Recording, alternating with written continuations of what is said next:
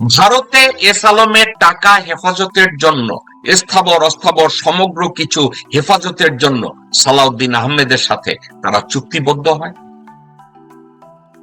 সালাউদ্দিন আহমেদের সাথে ওসি প্রদীপ 100 বারেরও বেশি সময় দেখা হয় এবং এস আলম যখন এই টানন পোড়ন আইনি প্রক্রিয়া শুরু হয়, পরিস্থিতিটা এমন দাঁড়ায়, এস আলম সালাউদ্দিনকে ওয়াদা করায় যে আমার স্থাবর অস্থাবর সম্পত্তি এবং আমার লোকজনকে রক্ষা করার দায়িত্ব আপনি। অনেকে বলছে সালাউদ্দিন তো বিএনপি করে, সালাউদ্দিনকে এই ওয়াদা রাখবে। এস আলম বলছে সালাউদ্দিন ইমানদার, সে আমানতের খেয়ানত করে না, সে ওয়াদার বরখলাপ করে না। এই লোকটাকে ওসি প্রদীপ কিভাবে টেনে এনেছে আমি আপনাদেরকে একটু পড়ে শোনাই। এই লোক যা বলেছে, 2013 সালের 5ই ফেব্রুয়ারি, সেদিন ছিল জামাত নেতা শহীদ কাদের মোল্লা সাহেবের রায়ের দিন। রায় পরবর্তী দুপুর 2টায় তৎকালীন ওসি পাঁচলাইশ থানার কুখ্যাত প্রদীপ কুমার দাস ছবিতে যে আমাকে গুলি করে আনতেছিল, আমাকে গ্রেফতার করে হ্যান্ডকাপ পরানোর পরে দু পায়ের ডান্ডা, দু পায়ে ঠান্ডা মাথায় পিস্তল দিয়ে 6 রাউন্ড গুলি করে।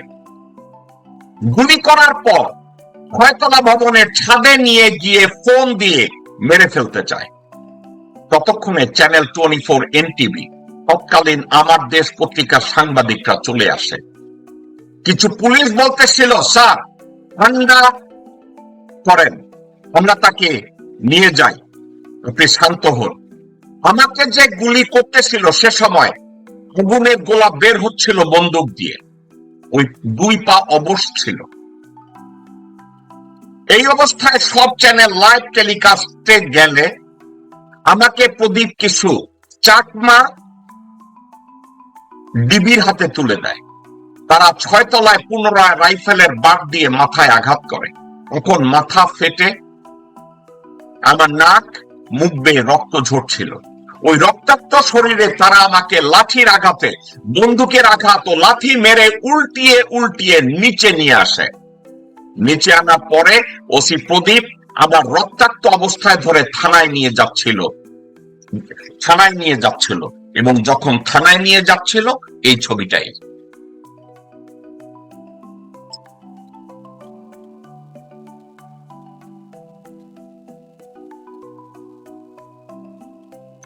সেদিন থানায় নিয়ে 30 মিনিট আমার উপরে ওসি প্রদীপ অকথ্য নির্যাতন চালায়। আমাকে যে রুমে রাখছিল সেখানে প্রদীপ এসে আমার গলায় আবার পা পাড়া দিয়ে চেপে ধরেছিল তার বুট জুতা দিয়ে। এমন ভাবে পাড়া দিচ্ছিল যেন আমার রক্ত তখন টাইলসে পড়ে পুরা ফ্লোর ভিজে গেছিল। পরবর্তীতে মেডিকেলে নিয়ে যায়, লাইন হতে পুলিশ এসে আমাকে মাঝখানে চিকিৎসা করায়, তারপর অসংখ্য মিথ্যা মামলা দিয়ে জেলে পুরে এখনো গুলির ক্ষত যন্ত্রণা নিয়ে আমি বেঁচে আছি। এই ভদ্রলোকের কথা। এবং এই ওসি প্রদীপ, ওই এরিয়ার বহু মুসলমান মেয়েদেরকে বলছে তুই নামাজ পড়, তারপর তোকে আমি ভোগ করব। ধর্ষণ করার পরে ওসি প্রদীপ তাদেরকে বলতো তুই এখন নফল নামাজ পড়, নফল নামাজের কাপড়ে বসে নামাজের কাপড়ে তাকে সে ধর্ষণ।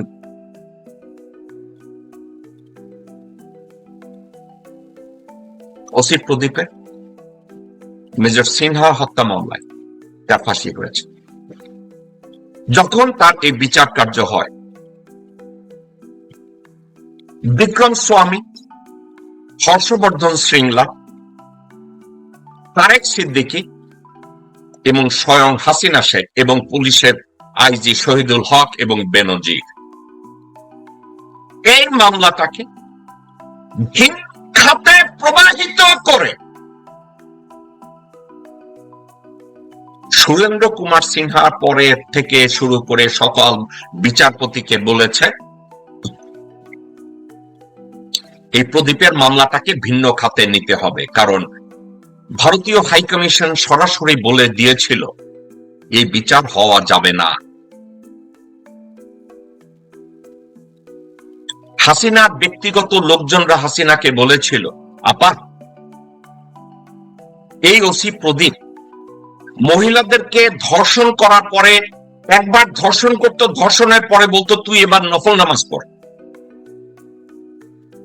ওই নফল নামাজে যখন দাঁড়াইতো বলতো আমার তো এখন অজু নাই, তোর অজুর দরকার নাই, তুই নামাজের কাপড়ে দাঁড়া। তারপরে ওই নামাজের কাপড়ে তাকে ধর্ষণ করতো।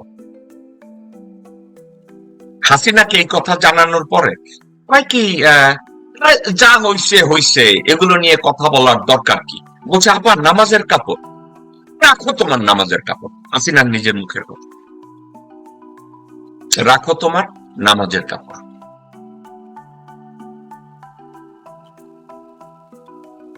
এই ওসি প্রদীপ এবং এস আলম তাদের সাথে ছিল লটকালটকি সম্পর্ক। আপনাদের মনে আছে ওসি প্রদীপ রাশেদ সিনহার মার্ডারের পরে এক ডিআইজি কে কল করেছিল যে স্যার রিটায়ার্ড একজন এভাবে হইছে, এই হইছে। যার সাথে কথা বলেছে তা সে ছিল এস আলমের স্থাবর অস্থাবর সমগ্র সম্পত্তির একজন রক্ষক, বেতনভুক্ত কর্মচারী। একদিকে পুলিশের বেতন নিত, আরেকদিকে এস আলমের পয়সা নিত। আপনারা কি তখন জানতেন যে বিএনপি নেতা সালাউদ্দিন আহমেদ তখন এস আলমেরই বেতনভুক্ত কর্মচারী? আপনারা কি জানতেন বিএনপির সালাউদ্দিন আহমেদ যখন বিএনপি সরকারের উপমন্ত্রী না প্রতিমন্ত্রী, সে তখন থেকে এস আলমকে লালন পালন করেছে?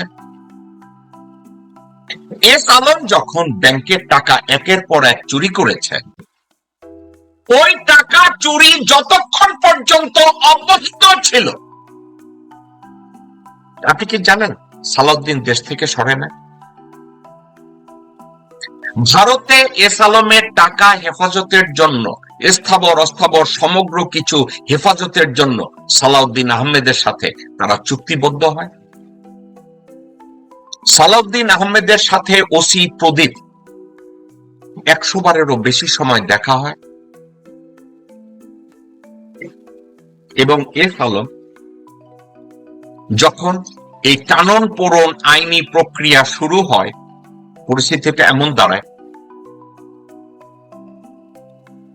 এস আলম সালাউদ্দিনকে ওয়াদা করায় যে আমার স্থাবর অস্থাবর সম্পত্তি এবং আমার লোকজনকে রক্ষা করার দায়িত্ব আপনি। অনেকে বলছে সালাউদ্দিন তো বিএনপি করে, সালাউদ্দিনকে এই ওয়াদা রাখবে। এস আলম বলছে সালাউদ্দিন ইমানদার, সে আমানতের খেয়ানত করে না, সে ওয়াদার বরখলাপ করে না। ওসি প্রদীপের ফাঁসি হয়েছে কত বছর, এখন পর্যন্ত ফাঁসি কার্যকর হয় না। কিন্তু কাদের মোল্লা, সালাউদ্দিন কাদের চৌধুরী, নিজামী, মৌলানা মতিউর রহমান নিজামী, মুজাহিদি, কাদের মোল্লা, এদের ফাঁসি হওয়ার সাথে সাথে তাদের মৃত্যুদণ্ড কার্যকরের জন্য শাহবাগে মিছিল হয়, সরওয়ার্দী উদ্যানে মিছিল হয় মৃত্যুদণ্ড কার্যকর করার জন্য, নিউ ইয়র্কে মিছিল হয়, ডাইভার্সিটি প্লাজায় মিছিল হয়। কিন্তু ওসি প্রদীপ আর্মির একজন মেজরকে খুন করার পরে এস আলম এবং সালাউদ্দিনরা একত্রে হাজার হাজার কোটি টাকা দেশ থেকে চুরি করার পরে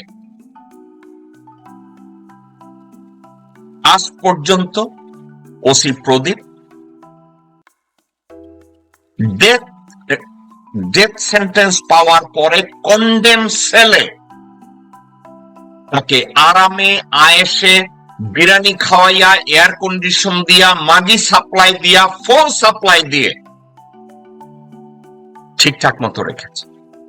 ওসি প্রদীপ হাজত থেকে তার স্ত্রী, পুত্র, কন্যা, ভাই, উকিল, সালাউদ্দিন সবার সাথে কথা বলে। এখন আওয়ামী কুকুর যারা হাজতে আছে, ইনক্লুডিং সালমান রহমান, আনিসুল হক, অন্যান্য লোকজন, তারা যদি এয়ার কন্ডিশন পায়, প্রদীপ চিন্তা করে আমি পাবো না কেন? কারণ আমরা তো একটা দেশেরই দাবেদারি করেছি, আমরা তো একটা দেশেরই কল্যাণ কামনা করেছি, আমরা তো এক দেশ করেছি, এবং ওই দেশটা কোন দেশ না, ভারত। তাহলে সালমান রহমান ভারতের সেবা কইরা যদি এয়ার কন্ডিশন পায়, আনিসুল হক যদি সেবা কইরা এয়ার কন্ডিশন পায়, আমি কেন পাবো না? সালাউদ্দিন আহমেদ ইমানদার, সালাউদ্দিন আহমেদ ওয়াদার বরখলাপ করে না, সালাউদ্দিন আহমেদ কথা দিলে কথা রাখে।